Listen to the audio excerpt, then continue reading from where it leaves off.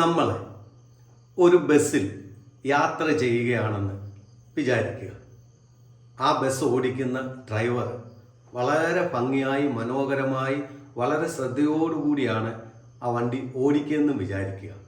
നമ്മൾ അതിൻ്റെ ഉള്ളിലിരുന്നു കൊണ്ട് നമ്മുടെ കൈയും തലയും പുറത്തിട്ടിട്ട് നമുക്ക് എന്തെങ്കിലും അപകടമുണ്ടായാൽ ആ ഡ്രൈവർ അതിനൊരിക്കലും ഉത്തരവാദിയല്ല. നമ്മളുടെ അശ്രദ്ധ കൊണ്ടാണ് നമുക്ക് അപകടമുണ്ടായത്. ആ ഡ്രൈവറെ വളരെ മനോഹരമായി സൂക്ഷിച്ച് എല്ലാ നിയമങ്ങളും പാലിച്ചാണ് വണ്ടി ഓടിച്ചത്. എന്നിട്ടും നമുക്ക് അപകടമുണ്ടാകാൻ കാരണം നമ്മൾ തന്നെയാണ്. കാരണം നമ്മൾ ആ വണ്ടിയുടെ പുറത്തേക്ക് നമ്മുടെ കൈയും കാലും പുറത്തിട്ടു. നമുക്കറിയാം, ആ വണ്ടിയിൽ തന്നെ എഴുതി വച്ചിട്ടുണ്ട്, നിങ്ങളുടെ കൈയും തലയും പുറത്തിടരുതെന്ന്. അത് വായിച്ചിട്ടാണ് പലപ്പോഴും നമ്മൾ നമ്മുടെ കൈയും തലയും പുറത്തിടുന്നത്. എന്നിട്ട് നമുക്ക് അപകടം ഉണ്ടായിക്കഴിഞ്ഞ് നമ്മൾ ആ ഓടിച്ച ഡ്രൈവറെയോ അല്ലെങ്കിൽ അതിനുണ്ടായിരുന്നവരെ കുറ്റം പറയുന്നതിൽ എന്തെങ്കിലും അർത്ഥമുണ്ടോ? മദ്യക്കുപ്പിയുടെ പുറത്ത് വളരെ വ്യക്തമായി എഴുതി വെച്ചിട്ടുണ്ട്, ഇത് ആരോഗ്യത്തിന് ഹാനികരമാണ് എന്ന്. എന്നിട്ട് നമ്മളത് കുടിച്ചിട്ട് നമ്മൾ മറ്റാരെങ്കിലും കുറ്റം പറഞ്ഞിട്ട് എന്തെങ്കിലും കാര്യമുണ്ടോ? സിഗരറ്റിന് പുറത്ത് വളരെ വ്യക്തമായി എഴുതി വെച്ചിട്ടുണ്ട്, അത് ശരീരത്തിന് വളരെ കേടാണ്. നമ്മളത് നിരന്തരമായി വലിച്ചിട്ട് നമ്മൾ ഏതെങ്കിലും ആളുകളെയോ കമ്പനികളെയോ കുറ്റം പറഞ്ഞിട്ട് കാര്യമുണ്ടോ? പലപ്പോഴും നമ്മളുടെ അശ്രദ്ധ കൊണ്ട് നമുക്ക് കിട്ടിയ മുന്നറിയിപ്പുകൾ നമ്മൾ അവഗണിക്കുന്നതുകൊണ്ട് തന്നെയാണ് നമ്മുടെ ജീവിതത്തിൽ പലപ്പോഴും നമുക്ക് അനർത്ഥങ്ങളും അപകടങ്ങളും ഉണ്ടാകുന്നത്. അതുകൊണ്ട് തന്നെയാണ് പ്രഭാഷകനിലൂടെ ദൈവം നമ്മളെ ഓർമ്മപ്പെടുത്തിയത് എന്താ? ദൈവം മനുഷ്യനെ സരള ഹൃദയനായി സൃഷ്ടിച്ചു.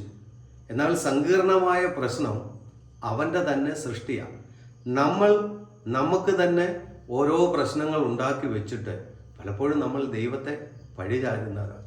നമുക്കെടുത്താൽ പോകാത്ത പല ഭാരങ്ങളും എടുത്താൽ പൊങ്ങാത്ത പല പ്രശ്നങ്ങളും നമ്മൾ പലപ്പോഴും എടുത്തു വെച്ചിട്ട് നമ്മൾ പലപ്പോഴും ദൈവത്തെ പഴിചാരുന്നു. നല്ല ശരീരം ദൈവം നമുക്ക് നൽകുന്നുണ്ട്. ആ ശരീരത്തെ കാത്തു പരിപാലിക്കേണ്ടത് നമ്മളുടെ ഓരോരുത്തരുടെയും കടമയാണ്. അതിനെ നശിപ്പിച്ച് കളഞ്ഞിട്ട് നമ്മൾ ദൈവസന്നിധിയിൽ പലപ്പോഴും അതിൻ്റെ സൗഖ്യത്തിന് വേണ്ടി പ്രാർത്ഥിക്കുന്നവരാണ്. പലപ്പോഴും നമ്മുടെ ജീവിതത്തിൽ നമുക്കുള്ളത് കൊണ്ട് തൃപ്തിപ്പെട്ട് ജീവിക്കാതെ ഇല്ലാത്തതിനു വേണ്ടി ഓടി നടന്ന് പരക്കം പാഞ്ഞ് നമ്മൾ ഓരോന്നും നമ്മുടെ ജീവിതത്തിൽ ഒപ്പിച്ചു വെച്ചിട്ട് അത് നികത്തുവാൻ വേണ്ടി നമ്മൾ ദൈവത്തോട് പ്രാർത്ഥിക്കുന്നവരാണ്. നമ്മുടെ പ്രശ്നങ്ങൾക്ക് പലപ്പോഴും ഒരു പരിധി വരെ നമ്മൾ തന്നെയാണ് കാരണക്കാരൻ. അതുകൊണ്ട് ഞാൻ ആദ്യമേ ഉദാഹരണം പറഞ്ഞത്, വണ്ടി ഡ്രൈവർ എത്ര മനോഹരമായി ശ്രദ്ധിച്ച് നിയമങ്ങൾ പാലിച്ച് ഓടിച്ചാലും അതിൻ്റെ ഉള്ളിലിരിക്കുന്നവർ അശ്രദ്ധയോടെയാണ് ഇരിക്കുന്നതെങ്കിൽ അവർക്ക് അപകടം വരാൻ കാരണം ഒരിക്കലും ഡ്രൈവറല്ല. അതുകൊണ്ട് ദൈവം നമ്മുടെ ജീവിതത്തിൽ എല്ലാ അനുഗ്രഹങ്ങളോടും എല്ലാ പദ്ധതിയും പ്ലാനോടും കൂടിയൊക്കെയാണ് നമ്മളെ സൃഷ്ടിച്ചത്. പലപ്പോഴും നമ്മുടെ ജീവിത രീതി കൊണ്ടും അശ്രദ്ധ കൊണ്ടുമാണ് പലപ്പോഴും നമ്മുടെ ജീവിതത്തിൽ നമുക്ക് ഓരോ പ്രശ്നങ്ങൾ ഉണ്ടാകുന്നത്. പലപ്പോഴും നമ്മുടെ മടിയാണ് നമ്മൾ ഉയരുവാൻ സാധിക്കാതെ പോകുന്നതിൻ്റെ കാരണം.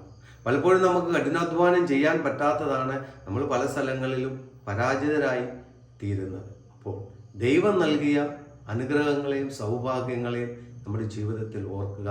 അതിനെ സ്വയം നമ്മൾ നഷ്ടപ്പെടുത്താതിരിക്കുക. നമ്മൾ ഓർക്കുക, ദൈവം നമ്മളെ ഓരോരുത്തരെയും സരള ഹൃദയരായി സൃഷ്ടിച്ചു.